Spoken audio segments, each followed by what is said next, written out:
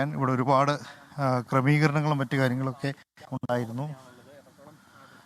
അങ്ങനെ ഒരുപാട് ഇനിയും നമുക്ക് ഇവിടെ തിരിച്ചറിയാൻ കഴിയാത്ത അല്ലെങ്കിൽ അവശിഷ്ടങ്ങളായിട്ട് ബാക്കി പത്രങ്ങളായിട്ട് നിൽക്കുന്ന ഒരുപാട് കാര്യങ്ങൾ നമുക്ക് ഇവിടുന്ന് കണ്ടെത്താൻ കഴിയും. ഇതെല്ലാം ഈ വീടുകളുടെ ബാക്കി പത്രമായിട്ട് അല്ലെങ്കിൽ വീടുകളുടെ ഭാഗമായിട്ട് വന്നതാണ്. ഇപ്പുറഭാഗത്ത് ആസ്പെറ്റോസ് ഇട്ടൊരു വീട് അത് പൂർണ്ണമായിട്ടും തകർന്നു നടക്കുന്നതാണ്. നമ്മൾ ഇതിൽ നടക്കുന്നത് തീരെ സേഫ് അല്ല.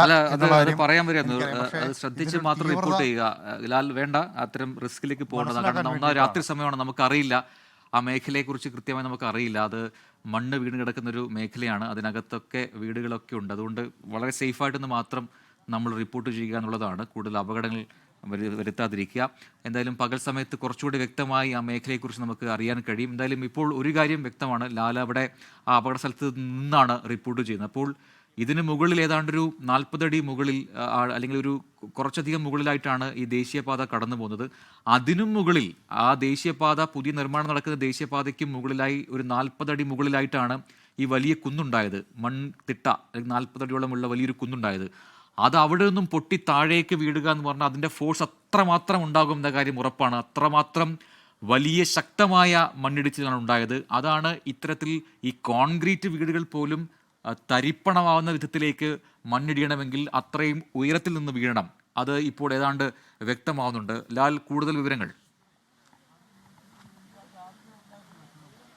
മണ്ണ് എന്നുകൊണ്ട് മാത്രം നമുക്കിതിനെ അനുമാനിക്കാൻ കഴിയില്ല. കാരണം ഈ ഭൂമിയുടെ ഒരു പ്രത്യേകത എന്ന് പറയുന്നത് വലിയ വലിയ പാറക്കഷ്ണങ്ങളും അതുപോലെ പാറക്കൂട്ടങ്ങളും അടക്കം ഉൾക്കൊള്ളുന്ന ഒരു പ്രദേശമാണ്.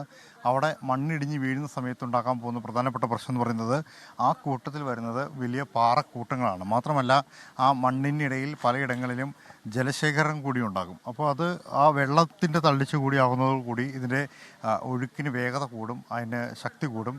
ആ ശക്തിയിൽ അപകടങ്ങളുടെ സാധ്യത കൂടുതലാണ്, നാശനഷ്ടങ്ങളുടെ സാധ്യതയും വളരെയധികം കൂടുതലാണ്. അത്തരത്തിലുണ്ടാകുന്ന നാശനഷ്ടങ്ങൾ ഒരു പ്രദേശത്തെ പൂർണ്ണമായും ഇല്ലാതാക്കുന്ന രീതിയിലേക്കാണ്. ഇപ്പോൾ നമ്മൾ പറഞ്ഞ പോലെ 40 അടി ഉയരമുള്ള ഒരു മല, ആ മലയുടെ താഴെ ഒരു റോഡ്, ആ റോഡിന് താഴെ വീണ്ടും ഒരു മലഞ്ചെരിവ്.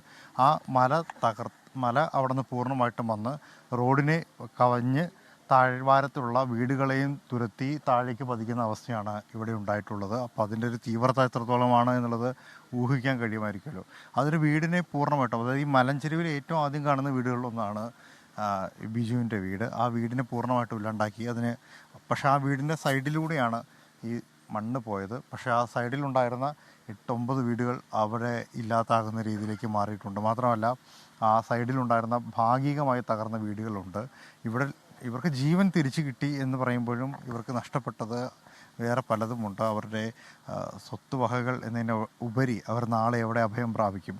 ഈ ക്യാമ്പ് നിലവിൽ നടക്കുന്നത് അടിമാലി ഹൈസ്കൂളിലാണ്. ഹൈസ്കൂളിൽ നിന്ന് നാളെ ക്യാമ്പ് കഴിഞ്ഞ് മറ്റൊരിടത്തേക്ക് പോകുമ്പോൾ അതെവിടേക്ക് പോകണം എന്നൊരു ചോദ്യം ബാക്കിയാണ്. എന്ത് ചെയ്യണം എന്നൊരു ജോലി, അവരുടെ ഉപജീവനം, അവരെ വളർത്തുമൃഗങ്ങൾ അല്ലെങ്കിൽ വീട്ടിലുണ്ടായിരുന്ന മറ്റു ഉപകരണങ്ങൾ, ഇവയെല്ലാം ഇല്ലാതായ ഒരു നിമിഷത്തിലേക്കാണ് അവർ മാറിയിട്ടുള്ളത്. അപ്പോൾ അതുകൊണ്ട് അവർക്കുണ്ടാകുന്ന നഷ്ടം അത് മാനസികമായിട്ട് മാത്രമല്ല, സാമ്പത്തികമായിട്ടും മാനസികമായിട്ടും എല്ലാം ഉണ്ടാകുന്ന നഷ്ടം വളരെ വലുതാണ്.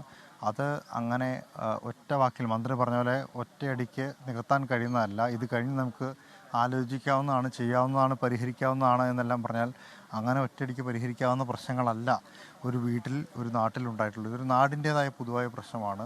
ഈ പ്രശ്നം കാലാകാലങ്ങളായിട്ട് ഈ നാട്ടിലുള്ള ആളുകൾ ഉന്നയിക്കുന്ന ഒരു പ്രശ്നം കൂടിയാണ്.